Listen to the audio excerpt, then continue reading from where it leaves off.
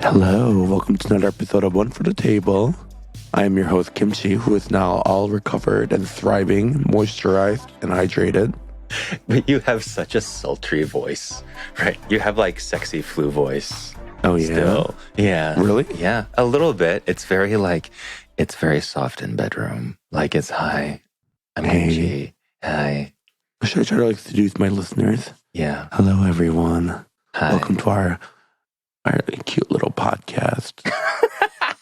We've been expecting you here all week. Just me and my friend John, who is usually shirtless for all of his content. And I'm usually at home naked with just me and my thoughts. And we've got another episode brewing for you. God, my friends listening to this podcast are going to be so uncomfortable. It is only our friends that listen to this podcast. Well, there's a lot more people that listen to this. It's why true. why It's do you true. always have to make it sound like this is like some dumb project? We have a lot of loyal listeners. We sure do. We do. And I'm John Kung. Yeah, that piece of shit over there is John Kong. I haven't been shirtless in my content in a very long time. Actually, Well, now that I Detroit think is too cold, right? it is freezing out here right now, so that would never. It's like never happen. We're hardly naked anymore, unless we're showering. That Why are you looking sucks. so smug? Like you're drinking out of this giant Stanley cup, probably an iced beverage. I'm like clinging on to this cup of tea to like survive. It's just my water is like so crisp and so cold. Yeah, To go with this beautiful warm weather we have here in LA. You know what? Surviving is sexy. Surviving is sexy until you're like 3 months in and you're like, oh, seasonal affective disorder is like a thing. See, I don't really get that because I have like all my lights are on timers. So my lights just come on in my house at the same time every day. They all come on at like 5:30. You've mastered the art of living like a hermit. Pretty much. I even like brought like outside inside, and to the point where it's like we hardly have to leave anymore. But especially right now. So today I've been like setting up my Chinese New Year candy box, and you told me earlier about the Williams and Sonoma ones. They are so pretty. Yeah. Oh my gosh. And they have so many different kinds. I mean, you can tell which one I would probably like, right? The green floral one. The green floral one with like the little green- gold trim. Yes, with the little birds and the flowers and stuff. Oh, it's Flora and fauna. so pretty. And then they have one for Year of the Dragon too, which is like all in, Chinese red and stuff. But I have one that I really, really like. It was not originally meant for it, but there were like the exact same design as a Chinese New Year candy box tray. And these ones that we're talking about right now, but they were all like handmade in Mexico. So they're all like hand painted and stuff like that. And they were a gift from a friend. So I'm using that one and I love that one so much. Not to be a capitalistic bitch, but I love Lunar New Year just to see what all the retailers like put out in terms of like Chinese New Year like related like merchandise. You can really tell which companies know that they have like a very large audience. And like, because it does come down to like even cultural differences, right? Because like, do you guys do candy boxes? In Korea, no. No, I think that's why I say like when I say I switch between calling it Lunar New Year and Chinese New Year because like the stuff that I celebrate during this time is like I feel specifically Chinese, like the candy boxes and the type of food that we eat. So I say Chinese New Year to that, but like I would wish you like a happy Lunar New Year. But yeah, like even down, so like this thing from Williams and Sonoma, you can tell is like, oh, they know they've got like a big Chinese fan base that they are specifically targeting, like this tiny segment of culture that they have down packed that is on sale for $159.95. Oh. The seasonal one, the dragon version, is $200. So it's like they know, and that's a thing too. Like if you market to Chinese people for like their Chinese New Year, they have to buy, like the ones that really care about it have to buy new stuff every year because it's a different animal. You can't just do a dragon one next year. You can't. Well, I think like unless you were dragon like one, born in the year of the dragon. yes, and like Oh, that might work. But that's why like the Chinese New Year decorations that I buy for this house are all like, they have no animals on them. They're just like luck. So we can reuse them. I've always had like an affinity for rabbits because I was born year of the rabbit. Mm-hmm. So I collect like a lot of rabbit stuff. I'm a rat. Rat stuff is like not as fun because it's a rat. It's It's not as glamorous as like a bunny or a dragon or like even chicken. Literally anything else. Literally anything else. Even like the rooster has got feathers, the pig, you know, there's like excess, and their pigs are cute. But like rats can be cute, but they're not like overly still rats. cute. Like who wants like rat merchandise? Exactly. Exactly. It's a rat merch. And also, wouldn't like COVID come out on the year of the rat? Just double whammy. Yeah. I saw Staub. They released like for Chinese New Year these like bright red Dutch ovens that had like a dragon with the print dragons on it. Oh, that was so cute, so good. Which I think it's just on their regular red cuts, but they just they made a new lid. But it's still like very, very pretty. I was at Williams and Sonoma yesterday just looking at the new things because I really like your idea. Because like I haven't really started. I have a collection of Dutch ovens starting, but I was at the point where I was just like, okay, if I'm going to collect cookware like this, do I want to commit on a color? And you gave me the idea. It was like, well, if you just buy one of a different color, like for all their different pieces, then you can have all the colors. And I was like, I think I like that one. I like that idea better. Because then you just collect like a small little piece. Like I can just do like a tiny, tiny pot or like a mug or something like that. And it would all, I don't have to stick to one color. And then, but it'll somehow all go together collectively. Yeah. You committed to the sea salt, right? I collect the Le Creuset sea salt, but then I started buying pieces in shell pink because I think like those would go so well together. They do, which like, you know, my kitchen is like all like teal and pink. Yes. So shell pink actually looks nicely with the teal colors of like sea salt Le Creuset pieces. Look at you. Yeah, listen to us. And then for Valentine's Day, they released like way more shell pink like stuff. So I bought a few just to like add to my collection. So now I have like a little like hard cocotte, which is like a small flat thing, which I think will be perfect for like warm dip. Yeah, yeah. Like imagine making like spinach and artichoke dip in like that like shallow like cocotte and then like bring it out.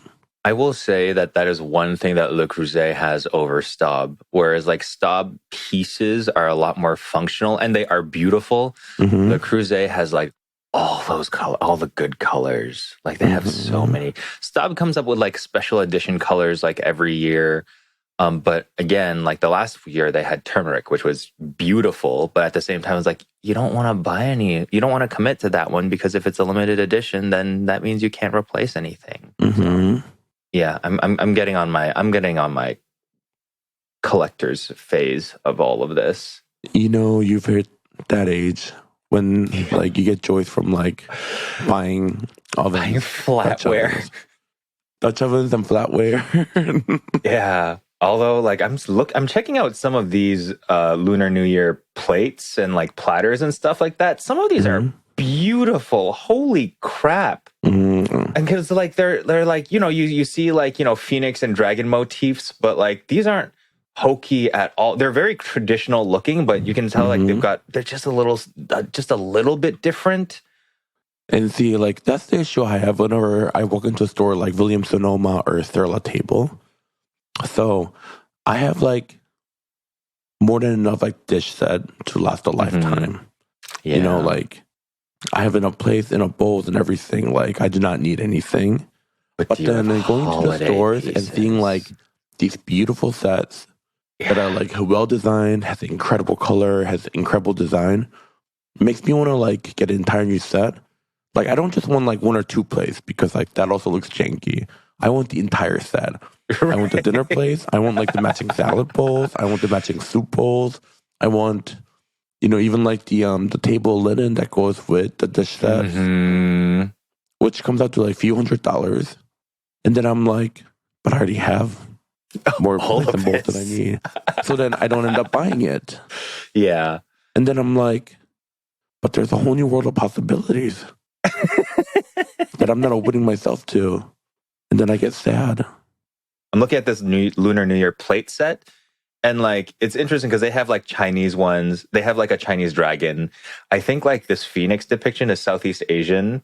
And then they have like a Japanese plate too. So like, even then it's kind of like mixed in the different cultures, but still I kind of dig that like a whole lot. I mean, we live in America where it's like a We melting do. pot of, diversity Yeah. culture. What do Koreans call their New Year? Sehe. Sehe. Yeah. And I think Thai people call it Tet, or is it Tet. Vietnamese? Oh shoot, Tet. Who says Happy Tet? Let me check really quick. Vietnamese people celebrate Tet, and it's still like it falls within like a New Year, Lunar New Year celebration time period. But like I like making a point to like know what other people call it. Chinese people call it Spring Festival, but I think because I was raised in Hong Kong, we're just used to calling it Chinese New Year as CNY. CNY is just so much easier to spell too, or text people when you're just saying like wishing them happy CNY. So exactly what is this candy dish that you speak of for Chinese New Year, cousin? Oh, okay. So there's different terms for it. I think it's called like a community tray or a gathering tray. So in every Chinese household, for the New Year, we always have like a set tray because the New Year is all about gathering and family. So people like visit each other during this time a lot. So you visit your family friends, you visit your aunties, you visit your uncles. Like over the 3 days, I think of that is Chinese New Year, you come and visit people. So when people visit, they have this tray out, and in the tray is a lot of things. Mostly, like traditionally, there's a lot of seeds. There's a lot of flavored melon seeds. So there are like melon seeds that are flavored with juice to make them red, so it's lucky colors. Some of them are flavored with like coffee, but they're like different kinds of watermelon seeds, and they're not just regular seeds. These are melons that were like bred for the seeds.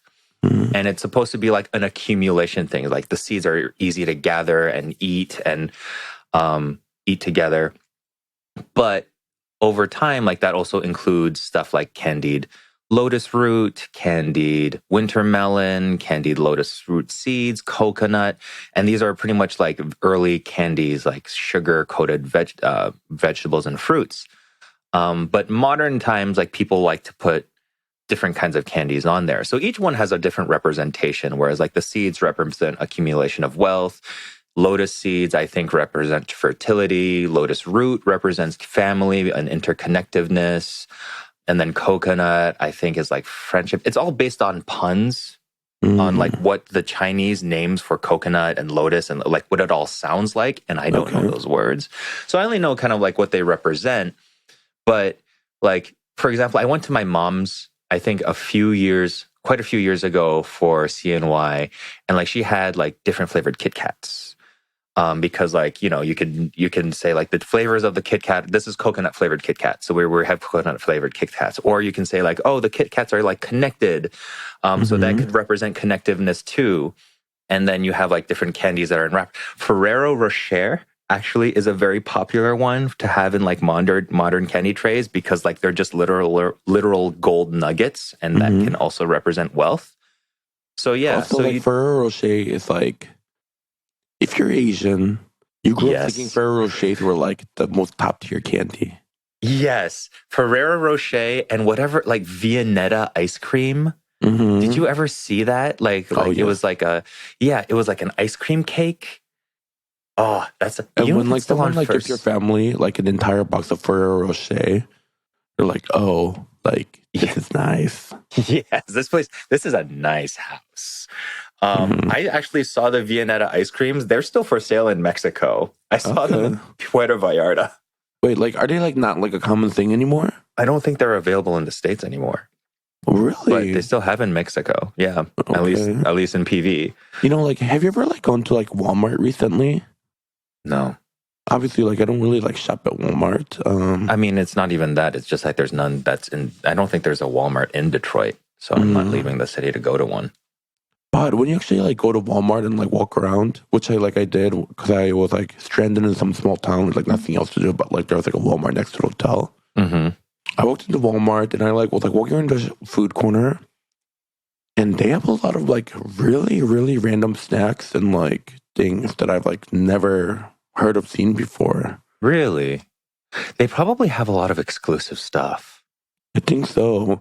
It's like all like variations of like the classic like cereals and like snacks, but like very different at the same time. Yeah, because it's like I hear like Target has their own brands of stuff like that too, but also I haven't been into a Target in such a long time. Same. Either. Yeah, they were gonna open a Target in Detroit, but like I think they backed out. No, I don't think it was Target's fault. Detroit doesn't even have a Target. Detroit doesn't have a Target. There's no Detroit Trader doesn't Joe's, have Target, no Walmart. We have Whole Foods and we have like a Meijer, a City Meijer. That's why like people in Detroit like it's such an Amazon heavy city because like the stores won't really open down here. Mm-hmm. And so, which is funny because we do have a Gucci. Meijer, higher standards, lower prices. If you're from Michigan, they're not even open 24 hours anymore. They haven't been open 24 hours since like the pandemic, which is really like weird because like what are college students in Michigan doing at like 3 a.m? There's oh my god, Meijer was like the place to go. Like when you're like back in college. Yeah. So after party, we like go to like raid the party house and take all the bottles and cans and then return them because in Michigan, when you return like bottles and cans, you get 10 cents each. Yes. So usually like after party, you can get like 3-4 garbage bags full of like cans and bottles. Yeah. And then when you return them, you get like a good like $20-$30. And for college students, like that's a lot of money. That is a lot of money. That's and then like food. we buy grocery from like the Meijers. And one time, I don't know, we were so stupid and like we decided to buy hamsters with the grocery money. What? And they had like hamsters for sale for only like $5 or something. So we bought 2 hamsters, a hamster cage, and hamster food. And what happened to the hamster? They multiplied like crazy. Oh no. But then they ate all the babies. What? And then I guess that's like a thing because after like the first time like hamster gives birth, like it like refills the nutrition by eating all the babies. What? And then they got pregnant again, and then it gave birth again. And then they all ate each other. What did you do? Why do you have these traumatic hamsters? I didn't know this thing, but apparently like hamsters aren't group creatures. Huh. And obviously like I didn't know better because I was like 18 and like young and you know like I just assumed like hamsters you keep them in a little cage that's like little like group animals and you just like feed them.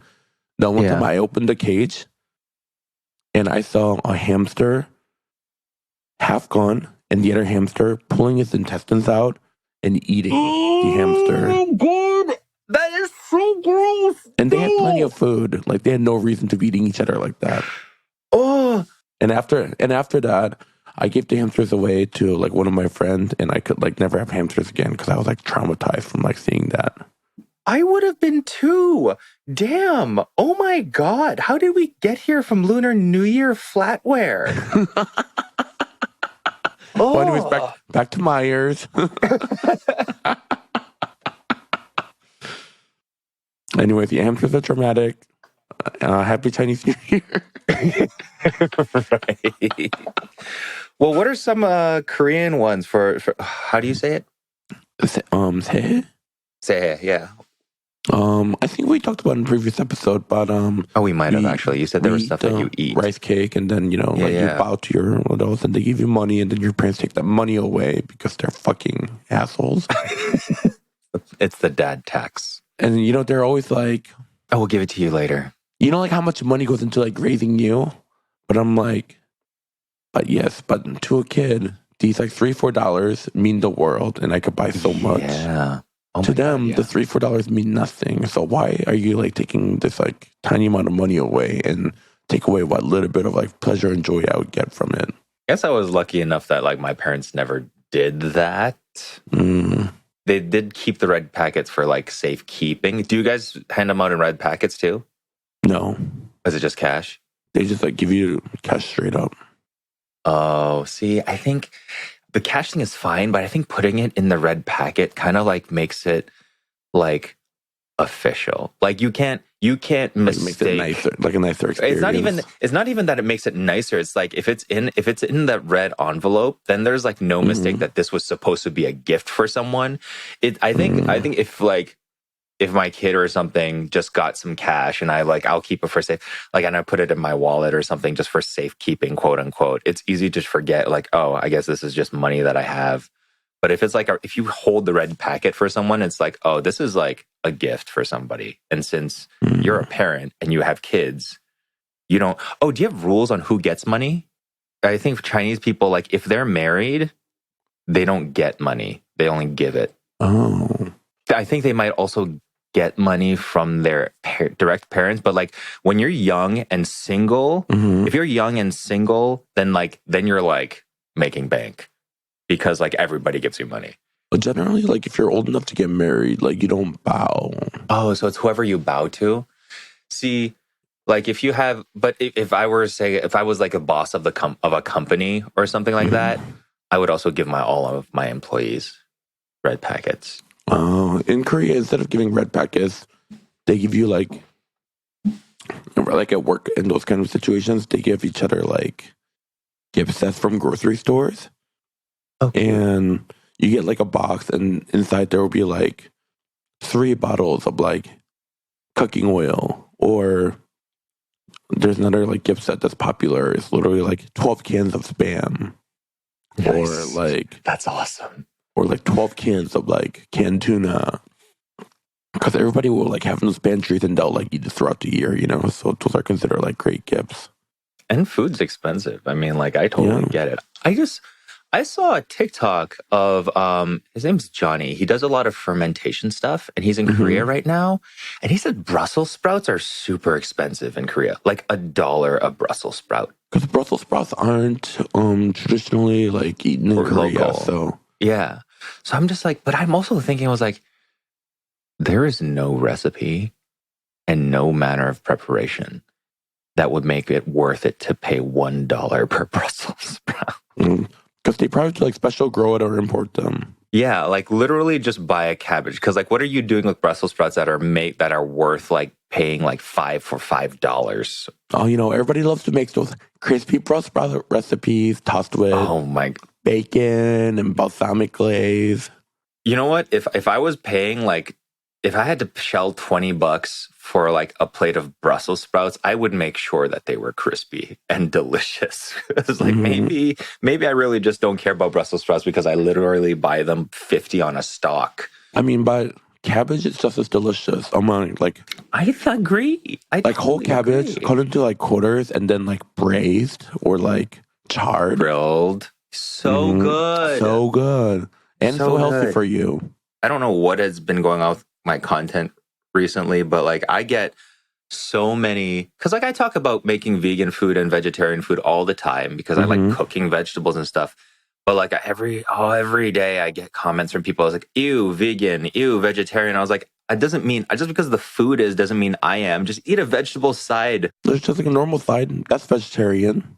Yeah. You know, like it's literally just a vegetable. And like people are just so like connected to these titles and labels where it's like they reject it. I was like, I like cooking vegan food because vegans are really good at preparing vegetables. They just happen to be. So if I would do a vegan recipe for a side any day of the week. Anybody that comments that, I can exactly picture what their regular diet is like. And oh my God. There's the type of people that would eat chicken fingers at a restaurant. Yes. Because that's such like an uneducated thing to say, you know, like, ew, vegan food.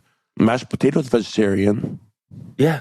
Unless there's like bacon bits on it, you know, like a side of like broccoli is vegan. That would actually like be such a good idea to kind of like show how stupid people's aversions to the title. I was like, if I could literally just say like, call random side dishes, vegan and vegetarian, like mashed potatoes or mac and cheese or something like that, like check out this delicious vegetarian dish. It's called macaroni. It's called baked macaroni and cheese. And just to show just like it doesn't change who you are just because you're eating this thing, because you eat it all the time. So what difference does it make? I like putting the label on it because it signals to people who do have that restriction that they can eat that food. But like these, I'm just going to call them kids, because whether or not, regardless of how old they are, it's just like childish behavior. It's like these fucking kids just, they get on my nerves so much. I mean, I'm in the wrong line. You know, not to be that person, but internet is full of stupid people. Like they that are is a fact.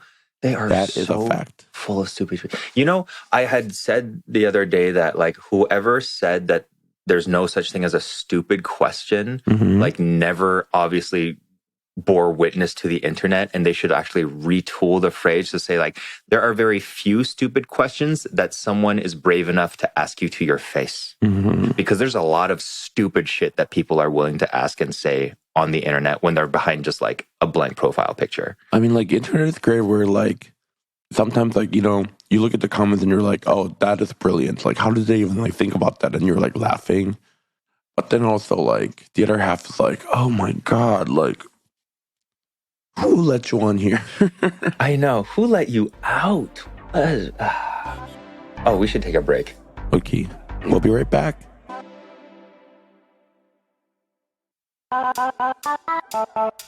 Chop. We are back. Have you done anything fun this past week? Have you left your house at all? Yes and no. I went to the mall yesterday and such boring stuff. And I shopped because I've got a filming day. But I've been just making videos, making like TikToks and making shorts content. And reels, literally making content every day. And even though I've been like working and putting up videos every day, it still feels like a vacation compared to like when I had this book over my head. Just like, you know, 5 or 6 hours of like videos and stuff like that, and taping and cooking and stuff every day. And then maybe like a few hours in the morning editing. And that just feels like a vacation compared to like when I would have to do all of this and write a book. So I've been happily making videos and putting out content and stuff like that. And I'm totally fine with it. What about you? This past week, I went to Vancouver. One of my friend Timothy, it was his birthday, so we were celebrating his birthday. So my friend and we flew into Seattle first. And then our friends from Vancouver like drove into Seattle, and then we had like a food day in Seattle, and then drove back up to Vancouver and spent like the next couple days there. Fun. And how was the food? I mean, if anyone's never been to Vancouver, Vancouver has an amazing food scene. It is so good. We went to like a really good Filipino restaurant. And it's like one of those like elevated Filipino food, but like not in a pretentious way. Yes, all the food there were phenomenal. I don't remember the name of the restaurant. That place was really good. We also went to some Italian restaurant. It was good.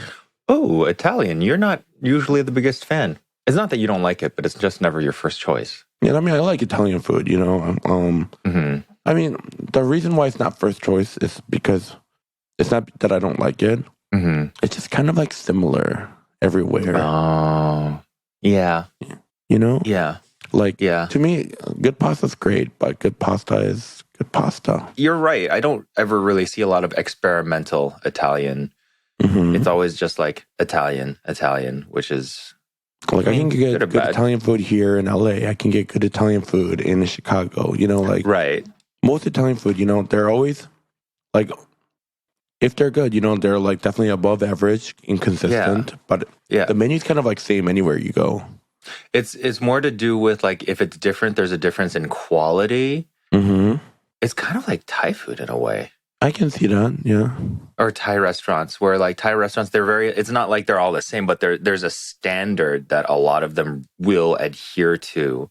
So no matter in what city you go to, if you go to like an Italian or a Thai restaurant and it looks good, like it's probably going to be good, but it's like not going to be completely and wildly different than you expect. Yes. Unless you go to like an American Italian or something like that. But otherwise. But I would say the Thai food I've had in LA, it's actually like way better than like Thai food I've had anywhere else in the country. Really? I mean, there's like a whole Thai town here, and there's like a lot of like Thai restaurants here. Like a lot of them, like differentiate themselves. Like we're Northern Thai, we're Southern Thai. Obviously, like the flavors and like the type of dishes they serve at these like two types of restaurants are completely different. Yeah. Well, I guess you have Northern, Southern Italian as well. You just never see, I just don't really see those distinctions when you're like an average Thai restaurant in your like hometown is going to be like Pad Thai, Pad Siu, Pak Kimao. A lot of Thai restaurants are actually like sponsored by the Thai government.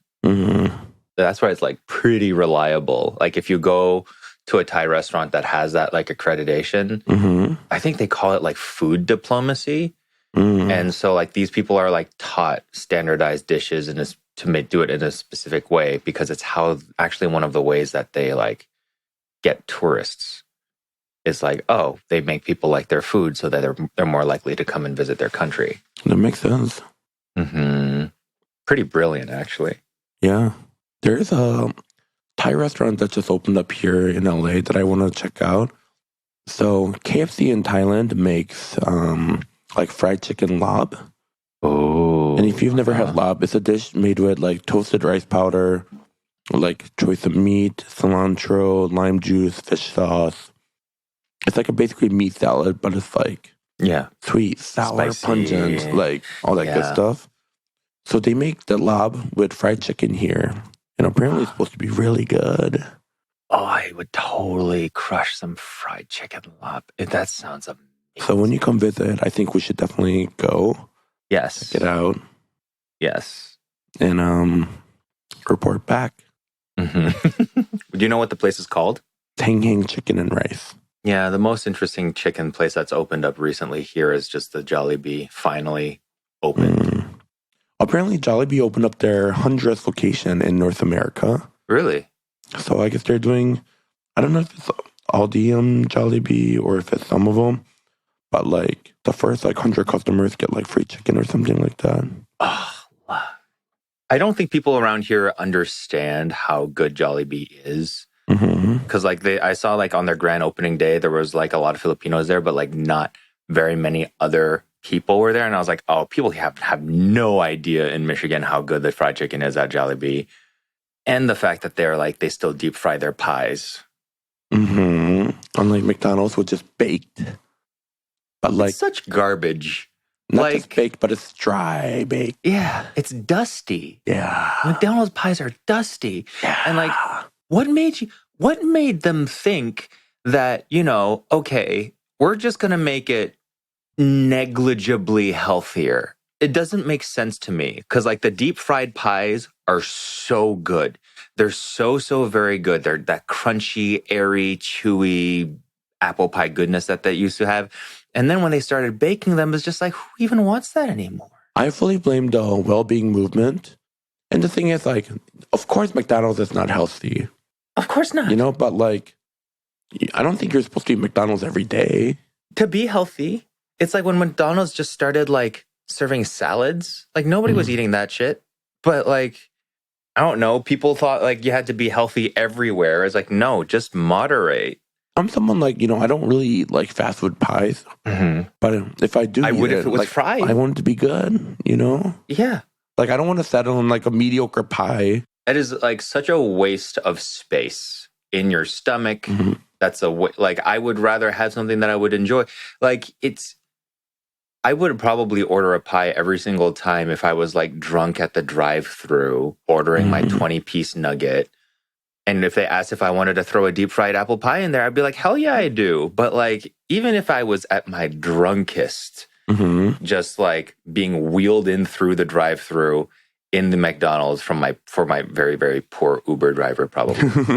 And they asked like, would you like a baked McDonald's pie? I'd be like, no. And I was like, no, you can kiss my ass.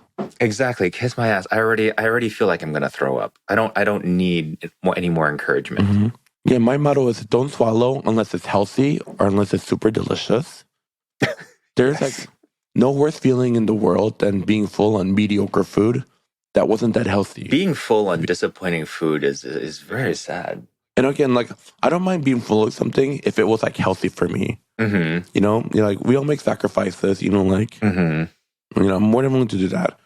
But if it didn't taste good and if it wasn't healthy, like, what are we doing here? Like, why does this dish need to exist? I've been eating a lot of salads. I mean, I love salads. Like, I think salads are great. It's been hard up until recently. There's this place that is just down the street from me. It's like a vertical indoor garden. And they've started like delivering salads. And I subscribe to them. I get like 5 salads a week from them. They're also like literally 2 blocks down from my house. So it's like super local. The salads are super fresh because they're actually grown. But otherwise, I don't eat a lot of greens in the wintertime here because it's like just shipped salads are so sad. I don't know if this is like such like a fat kid thing to say, but I love eating salads because it's so much fun. And let me explain why. First of all, like a big salad, obviously it's like way like lower in calories than like big, like bowl of like anything, pasta or whatever. Yeah. So it takes like a long time to eat. And it's fun to like look into the salad bowl and like eating like different textures. And with like the next forkful, it's like, oh, what kind of texture do I want in my mouth?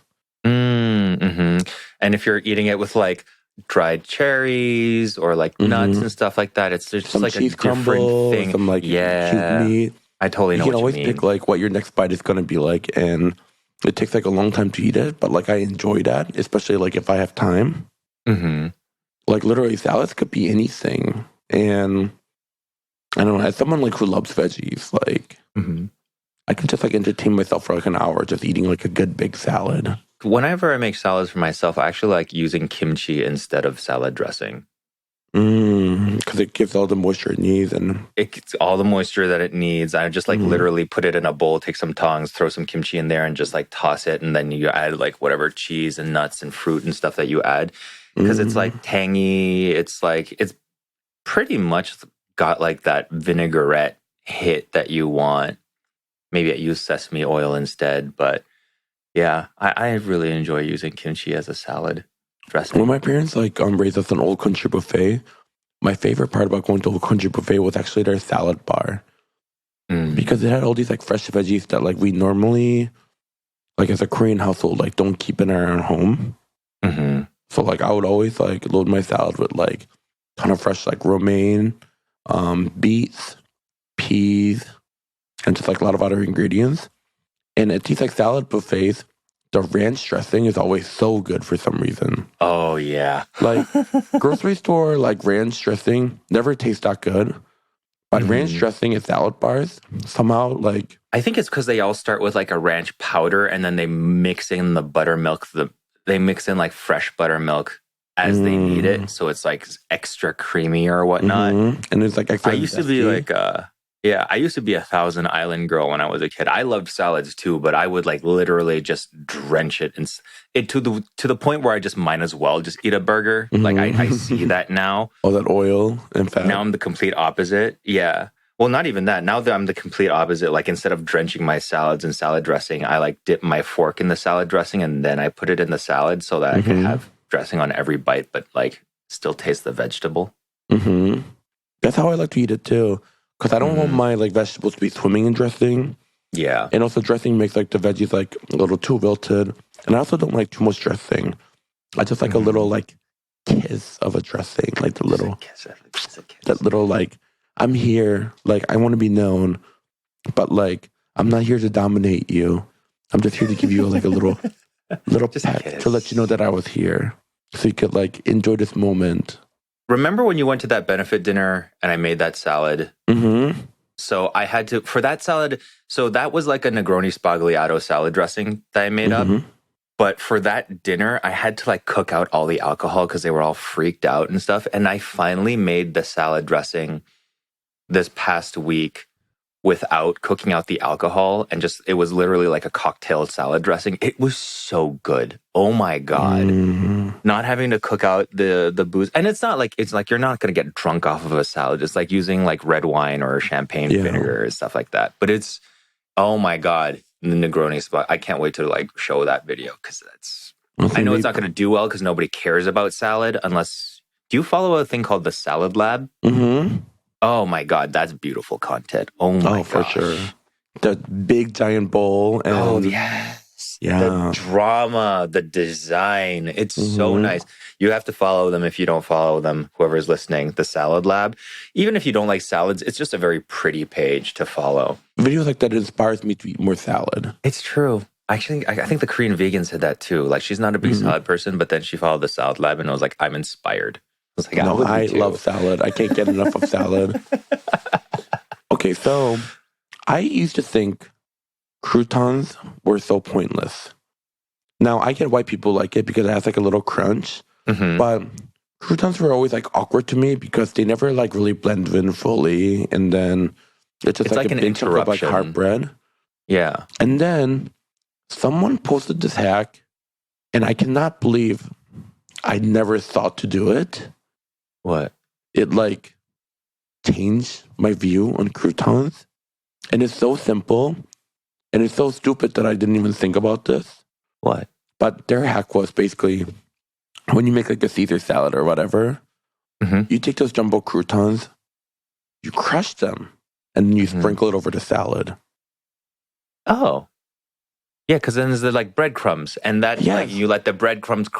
Yeah, that would And make like so I much mean, I've sense. definitely had like salads of breadcrumbs, but I just Yeah. never thought crush the croutons and then Because like the croutons are already seasoned and stuff like that. That would be, and then you probably get like that little dusty crunch in your. Mhm. It would probably be super. I never thought to do that either. I always like avoid putting croutons in my salad in general, just because like I don't want bread in there. But Mhm.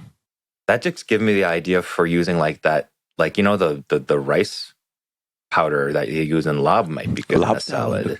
Mhm. Lab is salad, but like having that in just a regular salad would be really good.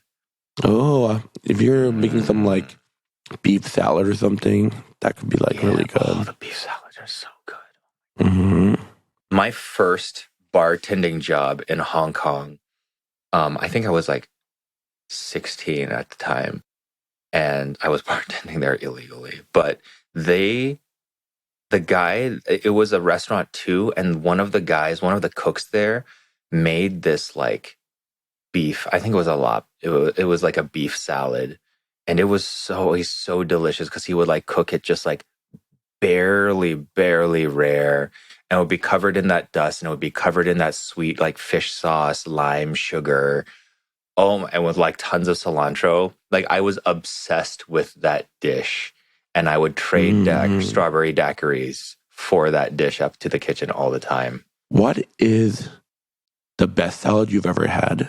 Well, if that could be considered a salad, it would be that beef salad Mhm. that I had. But like otherwise, it's probably something that I would never have expected to like as much of that. Could have been like something like a roasted beet salad Mhm. that was just used with like the multicolored beets for the first time.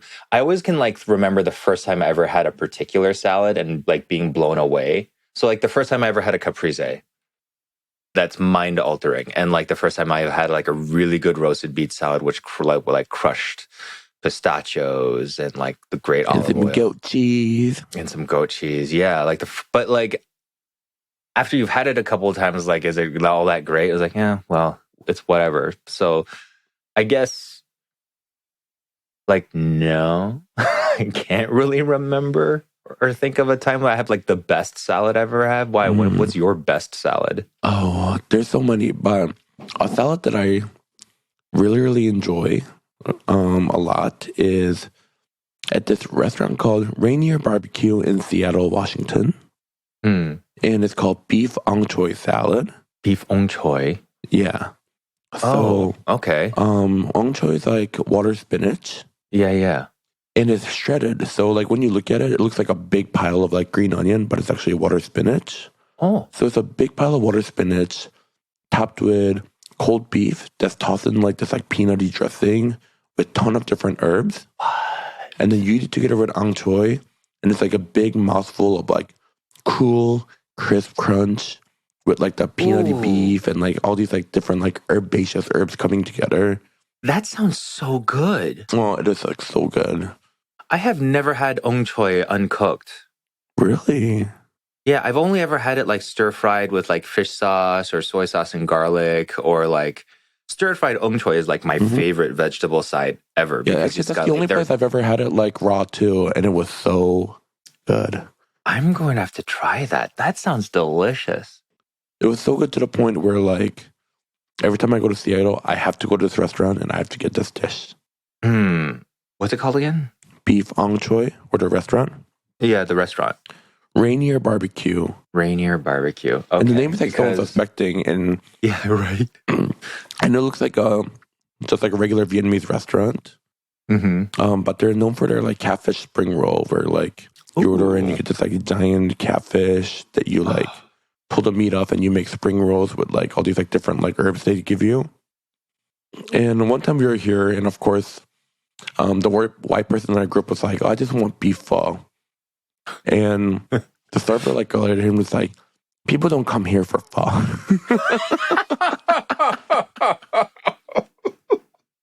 That is amazing. Were you on a tour? I don't remember when it was, but I was visiting Seattle and I was with a bunch of like muscle gays. Okay. But like a couple of my friends are like huge foodies, you know? So like we were definitely going here for the catfish, and this guy is like, "No, I want pho," and the server's like, "No." And I love that. I think I'm gonna try to make Seattle another. I was in Seattle last year, but I want to go back. I want to go back there. I want to give a talk at like a bookstore there called, I think, Book Larder, and I want to like experience more of Seattle. It was Seattle's great. It's such a beautiful place. Such a beautiful place, and so many things to do. So many great restaurants. Beautiful, beautiful running path. Yeah, you love it. Yeah. So, have you gotten your raspberry coffee yet? Not yet. It's supposed to arrive soon. I can't believe it's sold out already. So, Have you had it? So both of us are Nespresso people, and Nespresso just released. I don't know how to pronounce his name. Is it Pierre? Pierre Hermé? Pierre? Is it Pierre Hermé? It's just Pierre Hermé. Pierre Hermé. Collaborated like Nespresso pod flavors, and I guess like they released this before, but it was like so popular that it sold out, and then they brought it back because it like even though they said they weren't bringing it back, and it sold out in like less than 12 hours. Yeah, you told me about it, and I was like, okay, well, you know what? $1 for a cup of coffee, like that's still like less than I would. So like I bought a couple sleeves, and I also know Pierre Hermé, not personally, but they're very famous for macaron in Paris, and they're like funky, cool flavors, like where La Durée is like the classic macaron quintessential place for it, but Pierre Hermé does like funky flavors. They have a curry macaron that's really cool. So yeah, I got it yesterday, and it's actually really nice. The flavor that's like super popular with everyone is their raspberry flavor. And when you brew it, it smells like raspberry jam. But when you drink it, it doesn't taste like the artificial raspberry. It just has like hint of raspberry, and the coffee itself is very mellow, robust. Nice. Well, I look forward to fragrant. getting mine. But the Nespresso community was going crazy. Like someone posted a screenshot of them ordering $1,700 worth of these coffee. Oh my God! What is and then a bunch wrong of people with were like mad in the people? comments were like, like that's so selfish. Like why do you need that much coffee? You know they're gonna resell it for more money. Yeah, probably. Why wouldn't Nespresso like put a maximum? Why can't we just like chill about it? If you like something, like why can't we just like enjoy something? Like why do we have to like buy like so much of it? And There's such, I don't know, when people get obsessed over something, there's such a hoarder mentality, like the Stanley Cups.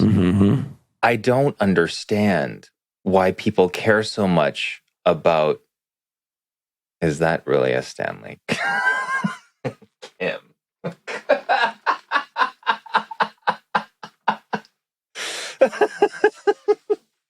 It is like, I just didn't understand. I don't know where it came from that people all of a sudden knew about these things. I don't know what the big deal is. I mean, it's just like all the water bottles too. Like before, everyone was going crazy over Hydro Flask. And then after that, everyone was going crazy over Yetis. Oh, and then sometime before that, everyone was going crazy over the Starbucks tumblers. Yeah. And then Starbucks has their own fake knockoff Stanley Cup now, I think. No, they actually did a collaboration with Stanley. Oh, okay. It's that, and then like the Valentine's Day edition are the ones like that like people were like lining up for. Isn't the whole point of getting these mugs and stuff like you only get one so that you don't like waste plastic? That's the whole idea, paper. But the people are treating it like they're like instant cups. That's gross. That's kind of gross to me. And you know, people are like, "Oh, this is my like Yeti cup collection," and they'll show like every single color that they have, and the whole cup culture is like a little bizarre. I mean, I bought one because I don't have one. Yeah. And I just like having one like in my desk so I can like drink water out of it, you know? Yeah. But like, would I line up at Target to buy these like special like Valentine's Day edition cups? Like, hell no. I think the beauty of those cups is like you only need one. Mm-hmm. But I guess that there are like, at the very least, I'm guessing they're recyclable so that once it comes time that people don't want them anymore, it's like maybe they can just recycle them. I have a feeling in a few years, I'm sure we'll see like Goodwill like covered in these cups. My God, so many. There's going to be all over they're going to be all over the place. And whoever comes out with a new cup, people will flock to that because like you have to use these things like for it to actually make a difference for the environment or stuff. You have to use reusable cups like anywhere from like a few thousand times for you to make up with the waste that you would have been for single-use plastics and paper. So with that being said, I'm gonna get you a Stanley. I have a very nice it's actually not even a cup. It's like a tube. It's like Yeti tumbler that YouTube gave me. Mm-hmm. It's very small though. I see, like a big cup. I like having like so mainly I got the Stanley because it's so big. Mm-hmm. So then I just fill it with water, and then when I and then before I go to bed or something, if I don't need my cup, I just like stick it back in the refrigerator and pick it back out in the morning and just like drink it. It makes sense to me, but there is something about, I don't know what it is about reusable straws that gross me out. Like I don't use any straws, like plastic, paper, or whatever. Oh. Like but like when things have like reusable straws, I was like, there is no way to get those totally clean. There is so there's like a hole. A sippy lip. Oh, okay. I love how you're trying to sell me on a Stanley cup. I'm not telling you, but like, I'm just saying like it's designed in a way where you could do both. Yeah. Do those things keep things hot too? Yes. Oh, that would sell me. If you put like ice cubes in it, it'll keep it for 2 days. And then if you put hot drinks, it keeps it hot to the point where, like when I was thinking, I was like trying to drink like hot drinks, it wouldn't cool down at all. So I had to like open up the lid and let it cool down first and then close it back up.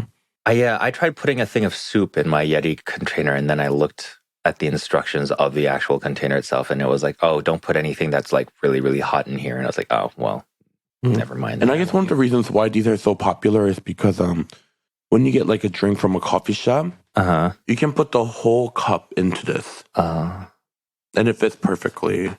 And then it keeps it insulated. I'm confused. What? You can put the what? So like, for example, like if you go to like Starbucks and get a venti drink, the whole cup would fit in the Stanley cup. Doesn't that kind of like defeat the purpose of having a reusable cup? Well, the whole point is, I guess, keeping it insulated so your drink doesn't get like cold. Oh, yeah. Okay. Or it keeps, if you're drinking a cold drink, it keeps it cold. So you're putting a disposable cup inside a reusable cup? It wouldn't. It's not what I do, but like, okay, like this is like what the moms do. What? Oh God, that is. We've been talking about this for too long. I'm just saying, like you're wondering, so I'm answering your question. Yes, like, yeah. And that's why they're popular. Okay. And the thing is, I thought is it a pun because the Stanley Cup is also like the big hockey trophy? It was like, oh, is it like a play on words with that too? Like, do hockey moms love it because they can say they have a Stanley Cup? I know a lot more about sports than I thought I ever did. I still don't know much about sports, though I feel like I should. Because sometimes, like, I feel ignorant and be like, oh, like, I don't know, whatever, blah, blah, blah is playing. And I'm like, oh, it's football season? Well, and they're I like, know. no, that's a Yes, baseball team.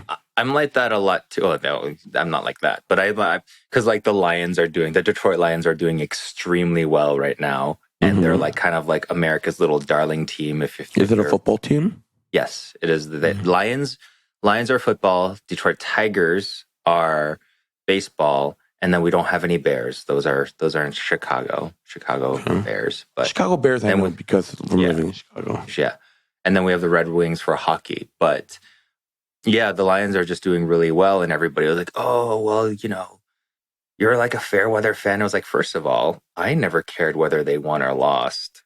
I liked the Lions all the time. I just never went to any games because I don't watch football, but I've always been a fan. And I'm like the best kind of fan. I don't care whether you win or lose. You're just my home team. Isn't fan culture like crazy how some people like actively hate it if you like the same like sports or like group as them? Right. No, for sure. They like people just want to be gatekeeping. It's like the most childish thing.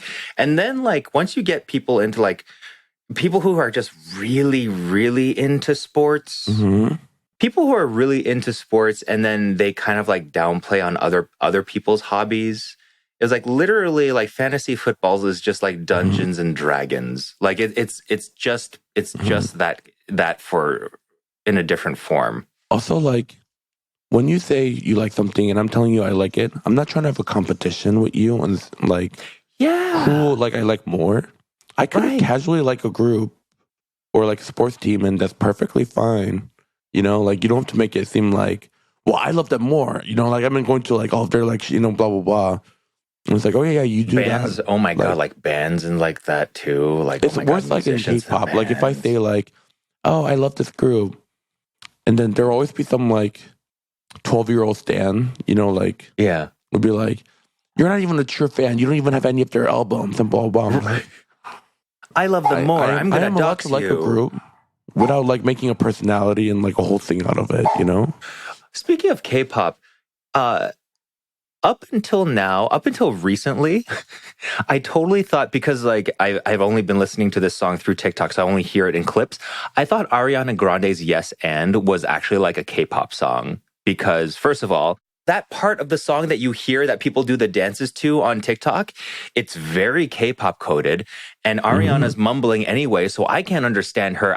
She sounds like somebody who doesn't speak in English is singing in English. So I was just like, oh, I wonder what K-pop song this is. This group sounds amazing. I want to get this song. I just never got around to it, and then I heard somebody like, and then I just saw I was like, oh, this is Ariana Grande. And also, most of the K-pop is in English anyway for the American audience. Yeah. And there are so many K-pop groups that has like 0 fans in Korea, but has like a huge like overseas following. Like it's wild. Like, and also like all the K-pop songs are like 2 minutes now. Yeah. Because they are all created to be like TikTok challenges and not like actual like songs. This is like I kind of like hate where like this is going. And where everything, and it makes us, and complaining about it only makes you sound old, but like, it's hard to like really criticize because everybody criticized our music back in the day. Like, I remember when like, our boy bands and techno and like early techno and stuff like that was all said like, oh, this is the downfall of music. They said Britney Spears was trash and all of that. It was simple. As opposed to like, 80s rock, as opposed to jazz, as opposed to classical. Like it was all that. But I think the difference is like during our era of pop, that was the start of the commercialization of the heavy commercialization of music. There was still like artistry there. There was still experimentation. But like now it's like everybody. So now like, okay, they're commenting now. So before, they'll come back with like one song and make it like a big thing. And then maybe they'll like release like a follow-up song and like a full album, right? And nowadays, like it's a common thing for a group to come back with like 3 or 4 songs that are like 2 minutes each. But it's like, pre-release, a pre-release of like a pre-release, and then like the actual song. You know why they do that though, and you know another reason why the songs are getting so short is because like it streams. So if your song is short and people stream it, there is more opportunity for them to play that song over and over again. So that's why the songs are getting shorter, because like a play and a stream is how they make their money now, because the streamers don't pay you. The streamers don't pay their artists. So this is how the artists are trying to get paid. And this is where I think the big difference is now is like, even when all of those record labels, when they were the ones that were like kind of calling the shots and making the music, at the very least, they were still a music industry. All of everybody who is owned, now it's just like, I guess, financial companies that own all of these things. So all they care about is not even like making good music for the sake of making good music. They just care about making money. And like, it's all down to just like hacks and attention hacks and TikToks and all of that kind of stuff. Same with like movies, same with film. Like even the film studios, they're not beholden to like actual people in that industry anymore. It's all financial companies and it's all like, you know, streamers and stuff. It's not about making good art anymore. Or art anymore, period, whether it's good or bad. And just like that, you listened to an episode of Kim and John spiraling out of control on why the world is a fucked up place. We were doing so well. Oh my God. Thank you so much for tuning in. If we had just cut this episode down, if we had just stopped this episode ran long, and we could have just said goodbye. When we started talking about K-pop. Oh, damn it. Yeah, if you have any questions, please ask them away in our Instagram, One for the Table. That is number 1, and then for the table. And thank you to our listeners. We appreciate you being with us as we spiral out of control every week. We do. Did I talk to you about my pizza machine? No. Pizza oven? Oh, I'll save that for next week. I started using my pizza oven. It's really good. I want to hear about it. Okay. All right. Next week. Well, next week, we're going to hear about John's pizza and probably me spiraling out of control. Okay. See you soon, everybody. Thank you. Bye.